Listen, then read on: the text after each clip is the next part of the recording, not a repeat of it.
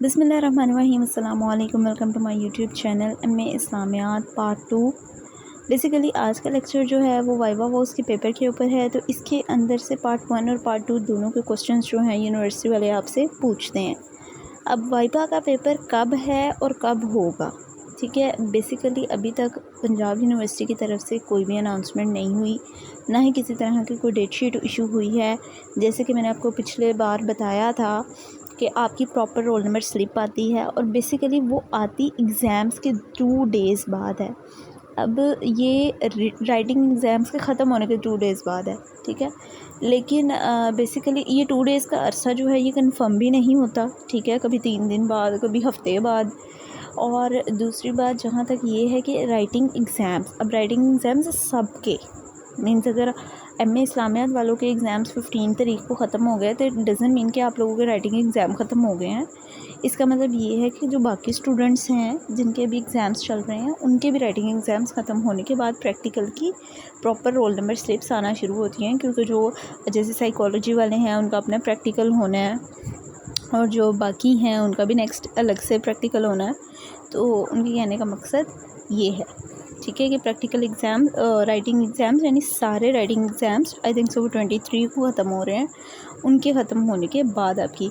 लेकिन इसके अलावा भी आपने एक बार चेक करते रहना है, बिल्कुल भी गफलत नहीं बरतनी। ऐसा ना हो कि डेट शीट आ जाए और आपको पता ना चले, ठीक है, और आपका जो वाइवा का पेपर है वो रह जाए, क्योंकि जो वाइवा में फ़ेल वो पूरे पेपर में फ़ेल, ठीक है।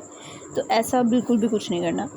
अच्छा जी, ये जो वीडियो है, ये जो आप देख रहे हैं, इसके अंदर कुछ अहम दुआएं हैं, कुछ अहम मसनून दुआएं हैं जो आपने याद करनी है, ठीक है। ये मोस्ट प्रोबेबली जो होता है ना वाइवा के अंदर, आपसे छोटे मोटे सवाल पूछने के बाद वो आपसे दुआएं ही सुनते हैं, ठीक है, क्योंकि वो जो एग्ज़ामिनर बैठा है उसके जहन में भी सारा कुछ नहीं होता, उसको भी पता होता है बच्चे किस तरह के हैं। बाकी आपने अपनी तरफ से किसी तरह का उन्हें मौका नहीं देना, लो कॉन्फिडेंस शो नहीं करना, बिल्कुल आपने कॉन्फिडेंट रहना है। अगर किसी क्वेश्चन का आंसर नहीं आता तो कोशिश करें कि आप एतराफ़ कर लें कि आपको ये आंसर नहीं आता। गलत जवाब देकर एग्ज़ामिनर पे गलत इंप्रेशन डालने की कोशिश मत करें, क्योंकि ये इस्लामियात है, इसके अंदर आपका जो गलत जवाब है ना वो बिल्कुल भी मतलब आपके कॉन्फिडेंस में नहीं होगा, बल्कि आपका गलत जवाब बिल्कुल आपके मार्क्स कटवाएगा और वो गलत ही समझा जाएगा, क्योंकि आपकी इस्लामिक स्टडीज़ है। अगर आप वो कहेंगे कि आपको यही नहीं पता, तो आप किस तरह से कह सकते हैं कि आपने अपना जो इस्लामिक स्टडीज़ में मास्टर्स क्लियर कर लिया। तो ये एक बहुत इंपॉर्टेंट पॉइंट है, बिल्कुल भी ओवर कॉन्फिडेंस होकर गलत जवाब देने की कोशिश नहीं करनी है आपने। दूसरा, बिल्कुल लो कॉन्फिडेंस का मुजाहरा भी नहीं करना कि आपके मुंह से कुछ निकल ही नहीं रहा और आप उसकी शक्ल देख रहे हैं।